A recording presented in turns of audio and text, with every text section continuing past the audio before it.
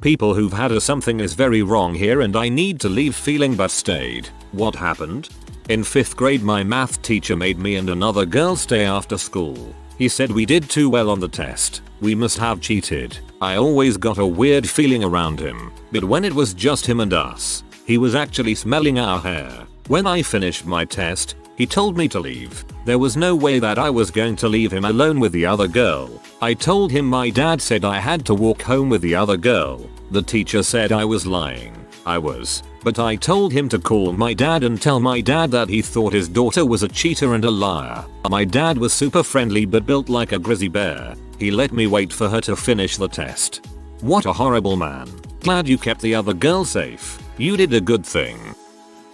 I was walking home from the library in college and decided to dip into the bar to see friends. It was about midnight 1 AM when I left the bar, maybe after one drink, put my backpack back on and decided to call my brother who was 3 hours behind to walk me home. As we were chatting, I was getting into the more residential part of campus. Few people, dark streets, and a guy starts walking along the other side of the road from me. I just barely notice. It's a big 2-lane road and he was about 5 feet behind. I sped up, slowed down, and he matched pace. Call my brother's name. I have to get off the phone and call the cops. A guy is following me, I said as loudly as I could. The guy freaking sprints away as I hang up on my brother. Being 20, I then decided it was stupid to call the cops if the guy was already gone. Went back to the main street and found a sober guy and asked him to walk me home. Luckily, it worked out. My brother called like 8 times to make sure I was okay. There was a string of stabbings on campus that semester and I wish to this day I'd called the cops. Don't beat yourself up over not calling the cops. In a situation like that it's doubtful they'd have done much anyway, unless he'd been stupid enough to keep prowling around looking for women to follow. As for the stabbings, it might not have been the same person, though the idea of 2 creeps rather than 1 isn't the most reassuring. I was a dumb 17-year-old. My friend Joe and I smoked weed. A lot. One of them guys we brought it from, David, was in his early 30s, lived in a normal house, had a wife, who he was in the process of divorcing and not living with, and 1 or 2 young kids. But he sold a lot of stuff besides weed, pills, etc. So he was involved with some sketchy people, but he was always really nice to us. A few times he fronted us weed when we couldn't afford it. One time I had the worst day ever and he just gave me some just to be nice. So needless to say, what happened to him really scared and upset me. One night, sometime between 9-10 PM, Joe and I went over to get some weed. David told us he was waiting on his connection to drop it off. It'd be about an hour if we wanted to wait here. I said yay sure, no big deal. But Joe said no, I want to leave. I looked at him, surprised, and said it's just an hour wait. By the time we drive home and come back it will be an hour anyways. Joe said no, I think we should leave. I just don't want to stay here. I asked him why but he said he just got a bad feeling. I will admit that David did seem off. He seemed really nervous and tense. There was a girl I knew from school there. Like everyone bought weed from this guy. She decided to wait, but Joe didn't want to, so I left with Joe. About an hour or 2 later we tried calling David. No answer. He never called back so we just hung out and watched TV till the next morning. He still didn't answer so we drove by there. We really wanted our weed, and the entire house is covered in crime scene tape. Part of the house is black and obvious there was an extremely recent fire that significantly damaged the home. We had no clue what happened and weren't about to stop and ask the cops there. I found out from the news, and then from friends of ours what happened. Around 12 AM, 3 guys kicked down the door. David and the girl I knew from school were sitting on the couch. They were both shot in the head and killed instantly. The guys then tried to set the house on fire to destroy any evidence, but a neighbor called the fire dep shortly after they left so the house wasn't badly burned enough to destroy much evidence. It took them years to catch the guys who did it. You owe Joe your life, dude. I had the opposite happen. Something very wrong was happening but I was oblivious, and it worked out great. My friend and I were buying a quarter pound of weed together. We were getting it from a guy my friend knew, but didn't know very well. We went to his apartment to pick it up. Now, I'm probably a little bit on the autism spectrum, but because I'm from a time where you only got that diagnosis if you were nonverbal, I was emotionally retarded and just taught myself habits to seem normal. One of them is maintain eye contact even if it makes you uncomfortable. This is important. When we get there, the seller isn't alone. He's got a couple of kinda scary gangster looking guys with him. We sit across the table from them and my friend hands him the money. Then the guy chuckles and says, "How about you two just leave the money and the weed here?" I'm bad on reading people. I just maintain eye contact and imitate what I see as a jocular mood. I laugh and say I think my friend would rather take the weed with him. The guys look at each other a second. Then he says okay and gives us the weed. We leave and I notice my friend is white as a sheet and he says those guys were going to rob us. I thought he was being racist and told him they were just joking around. He shouldn't have worried like that. Didn't you see the gun? No. I was focused on maintaining eye contact so I didn't look like a naughty. Apparently, the guy had pulled a gun after being handed the money. They thought I laughed at their robbery attempt and called their bluff. Dark thread and this gave me a good laugh I needed. You're awesome lol. Glad you got out of there safely cause hot dang. When I was a teenager I was best friends with a girl who had an older brother who had mental health issues. This led to him also drinking a lot and generally being a dong. One night we were hanging out in her basement and he came home drunk. As soon as I heard him coming down the stairs I knew it was going to be bad. He walked into the room, looked at us and said, "What are you doing down here?" My friend had a big shepherd chow mix and the dog immediately got up and stood between him and us growling.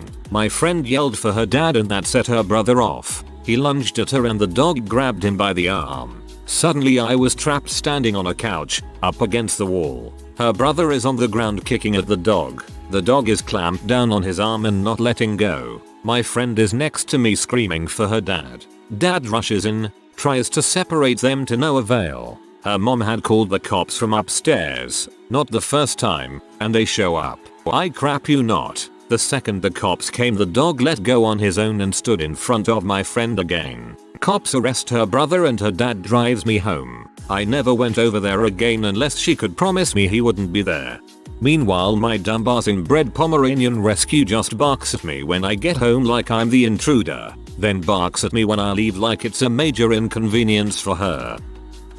I was hiking down a trail and I felt like I was being watched. I've read a lot of stories about people going missing in the woods, so I was hyper aware of every little thing. Instead of going down this one path, I turned around and walked back. I still felt like I was being watched, so I power up my Bluetooth speaker, plug in my hiking MP3 and blast some heavy music. A few minutes later the feeling passes. A day later I heard someone was attacked by a mountain lion on the trail I was going to hike on. I got invited to a party by some random guy I met outside a club. I went to said party with him as I was drunk and thought sure, why not? This entailed going to a rundown house in a council estate, the UK equivalent of a project I guess. To enter the house we had to climb in through a window where there were 5 people sat in a circle made of half broken chairs and a moldy couch. After entering the window the guy locked it behind him. It was at this point I instantly felt sober again and realized that something was wrong. That's when the crack C&H came out. A woman who was part of the circle who apparently owned the house started telling a story about how her husband had hung himself in the stairwell. Her kids had been taken away and that she kept a sharpened screwdriver under her pillow in case they came for her. I was well past wanting to leave at this point. I didn't have an escape though and my nervousness showed. That's when paranoia set in within the circle. The guy who had brought me there had become incredibly tense. The slightest noise and he would flip out. He stood by the curtains peeping through mumbling to himself about the police watching him. I had to prove I wasn't wearing a wire at this point. Before long however the drugs began to run out. This made the paranoia be temporarily forgotten. I saw a chance here and said I had money and I could buy more drugs. The guy said he would book a taxi for us to go in. About 15 minutes later a taxi turned up. He unlocked the window and I jumped out first and slammed it shut behind me. Ran as fast as I could towards the taxi. Jumped in the front seat and just shouted drive. Drive to the taxi driver who took off down the street and to the safety of home. Closest I've ever felt to being murdered. Not to totally gloss over a pretty terrifying story, but council estate is such an ironically lovely name for crap public housing. Not me. My mom. Dad was going to Greece on a golf and gambling trip. He went on these trips occasionally and always came back a winner. Came home from one with about $5k in 1975. He was packing his suitcase the day before the trip when my mom just straight up told him not to go. His friends had all cancelled out for various reasons, so he didn't know anyone who was going. She'd never done that before. She wasn't controlling at all. They talked for a minute, and Dad got on the phone and cancelled. The plane he would have been on crashed into a mountain in Greece. No survivors. Whoa. My old boss was an interesting guy. He came from a rough part of town and had a bunch of tattoos that really made him look scary, but he was actually a nice guy. I asked him about his massive chest tattoo, which led him to a story about his younger brother, John. John was a pretty gentle guy, but he started hanging out with blokes from his hometown that weren't exactly right in the head. One night they all hanging around drinking, as they did most nights. When one of the blokes breaks out some John politely declines and just continues drinking.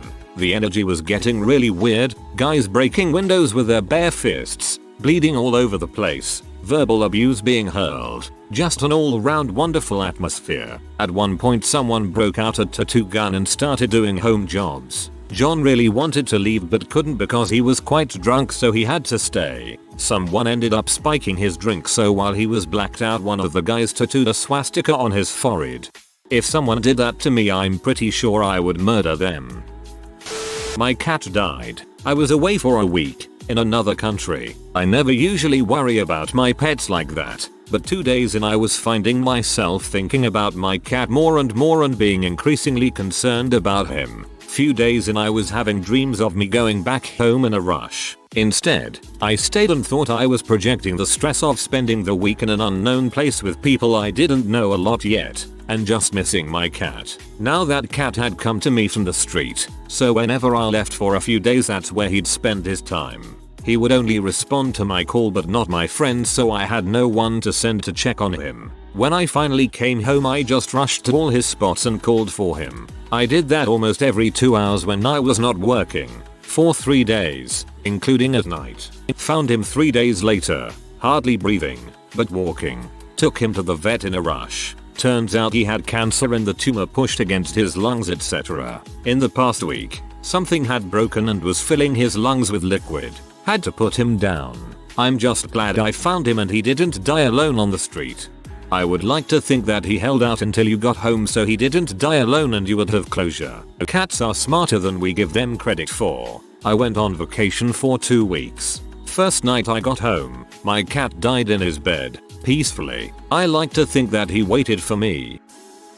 Was on a camper van trip up the east coast of Australia and stopped at Bondi for a few nights. On our last morning there, my friend had some work to get done on his laptop, so I decided to head out for a surf by myself to kill a few hours. No one else was surfing. The water was murky and anyone that surfed knows you can start to get a feeling the water is a little sharky. I left the water unscathed and told my mate about the eerie feeling I'd had. We both headed back to our hometowns, only for him to tag me in a news report about a guy that had been attacked while surfing alone at that exact spot 1 week later. Have had a few other encounters in that part of the world and every single time you get a bit of a feeling in your stomach beforehand. 5 years ago I was at a family Christmas party. I was 10, to visit my dad's side of the family as we knew he wouldn't be there because he was in jail. My memory's a little fuzzy due to a lot of memory blockage, but I remember feeling very sick and uncomfortable on the way there. I wanted to leave immediately but ended up staying. The whole time I felt like my body was screaming at me that something was wrong and I needed to get the heck out. I was extremely uncomfortable the whole time, and every time I went near my uncle, usually because he wanted a hug, the feeling got worse. There was one moment when I was sitting on my other uncle's lap, let's call him B, because I really adored him and hadn't seen him in ages, and I was really tired, and I felt safe. Eventually he had to get up and my uncle, who made me uncomfortable, let's call him K, suggested I sit on his lap. I agreed uncomfortably. Every fiber of my being screamed and twisted, and I froze in place. It felt nothing like sitting on B's lap. It felt disgusting and made me want to scream. I got off not soon after and went to the bathroom and cried. I felt so sick and horrible and I just wanted to leave. I was terrified because I had no idea what was going on. I tried my best to avoid Kay for the rest of the evening before we eventually left. Halfway during the drive back home I broke into hysterics. I was screaming and crying in the front seat and my mother was terrified because I wouldn't tell her what was wrong. Part of my memory had come back and I realized Uncle K had sexually abused me for most of my childhood. Still severely suffering from that. I'm so sorry. Please, I hope you are safe and able to get help. You do not deserve any of this. I got this feeling on my wedding day to my now ex-husband. Getting my hair and makeup done, putting on the big white dress, listening to how excited everyone was, and the entire time I felt white and sick to my stomach. It was like a burning ball inside me, and I felt cold all over. I kept wanting to hide, and I remember my dad jokingly saying we can still make a run for it, and I wish now I'd have taken him up on it. Not even 3 months after the wedding, he started picking out what I could wear. You shouldn't be wearing pants. Women should wear skirts and dresses. Complaining that I wasn't working 2 jobs instead of just one, and not ever letting me out of his sight when I was home from work. I couldn't even walk to the mailbox alone. A month or so after that, when I'd had enough and started pushing back, he attacked me and started hitting me, right in front of his brother. I remember begging his brother to help me, and instead he sneered and said women like you get what you deserve. And when I yelled that I would call the cops, my husband said go ahead. I have many cop friends. The very next day I made a phone call to an old school friend telling him my address and that I would be at the end of the road at a certain time. When my husband was outside working on his boat, I threw a few clothes into a bag and ran. Filed for divorce and never looked back. Ended up working 2 jobs. Haha, and living with my grandmother until I could get back on my feet. Listen to your gut, ladies. It might save you a lot of bruises and maybe even your life. At a night out with a bunch of guys from my old school, one of us gets in a fight with 3 guys. I sat back near enough to make sure nothing develops and one of their guys joins me. He strikes up a conversation and very quickly tells me he's a neo-Nazi. He even showed me his tattoos of a swastika and the Waffen-SS emblem. It was very clear why he was telling me this because I happened to be the most Aryan looking person there. He ended up telling me everything from how he got into the cult-like ideology to all the different minorities that he hates. One of the guys I was with thankfully noticed and gave me an excuse to leave once the situation had calmed down. Altogether a very interesting night. My ex-boyfriend. It had been my first relationship in a while. Early on I started to get the feeling that he was lying about things, but it was only little things. Like he'd say he had some childhood illness, or had ran into Ariana Grande at a coffee shop. I tried to brush off the thought that he was making things up, because who would lie about random things? I stayed with him another 4 months, then realized he was also lying about a drug addiction, stealing my money I was giving him for rent and not paying our bills. So I probably should have trusted my gut and left sooner.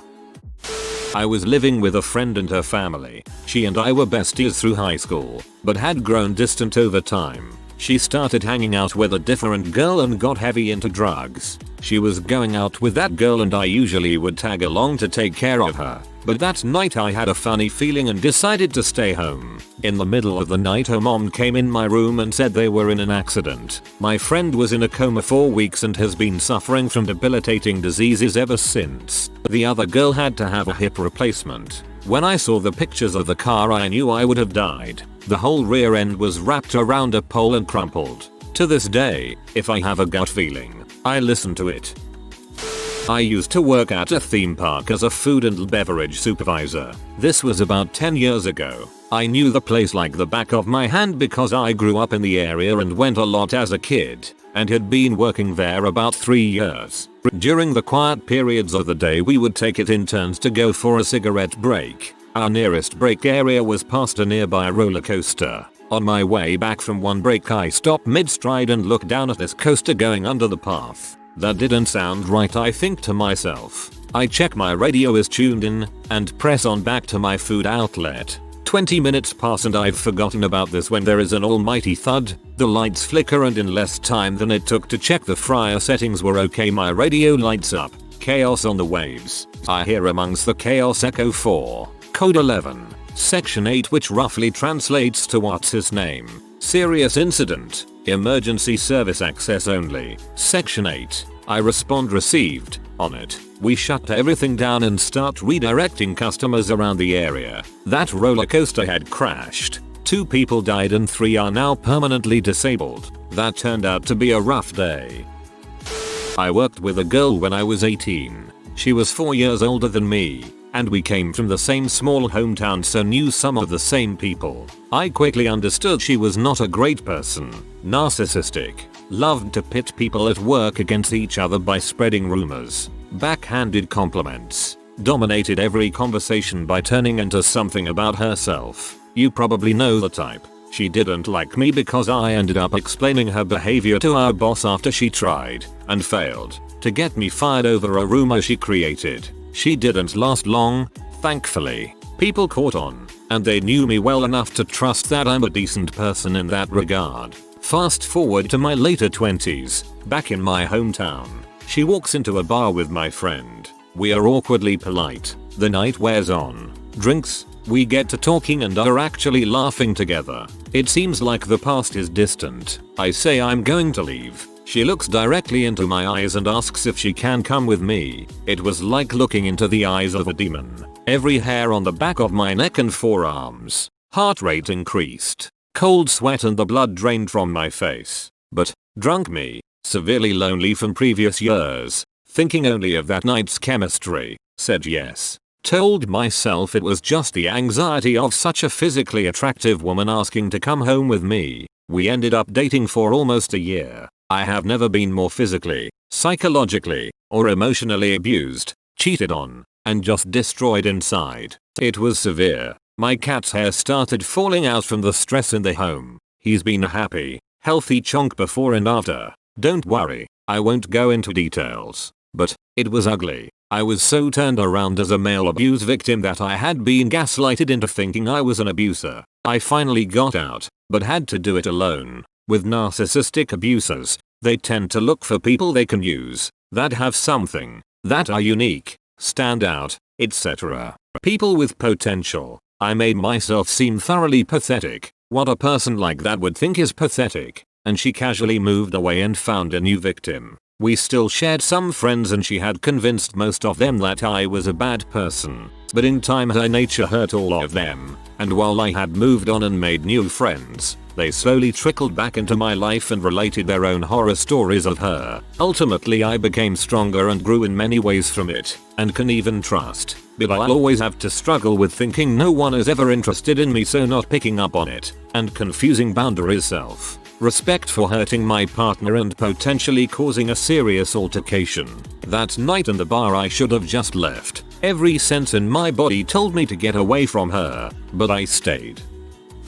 I was maybe 14, and my mom and I were on the way home after she picked me up from school. We stopped to get fast food, and I realized when we were almost home that they forgot my fries. Normally, we'd just say screw it and go home anyway. We were maybe a minute or two away. I was fine with going home, but my mom was like, no, we're going back and getting your fries. She's the best. And we turned around and went maybe 10 minutes out of our way to get the fries. When we got back, we were a street away from home and there was a man shot dead in the middle of the road. There was a drive-by right where we would have been before we turned around. I have no idea if we'd have been in danger, but there were a lot of shootings in our neighborhood, and there really wasn't any concern over whether or not people not involved in the shootings got shot. My mom's got really strong intuition that I've also developed as I've gotten older. To this day, we always trust each other if we get that we need to get out of here feeling. It's saved my life more than once.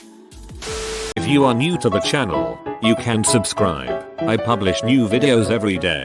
Until then, check another video.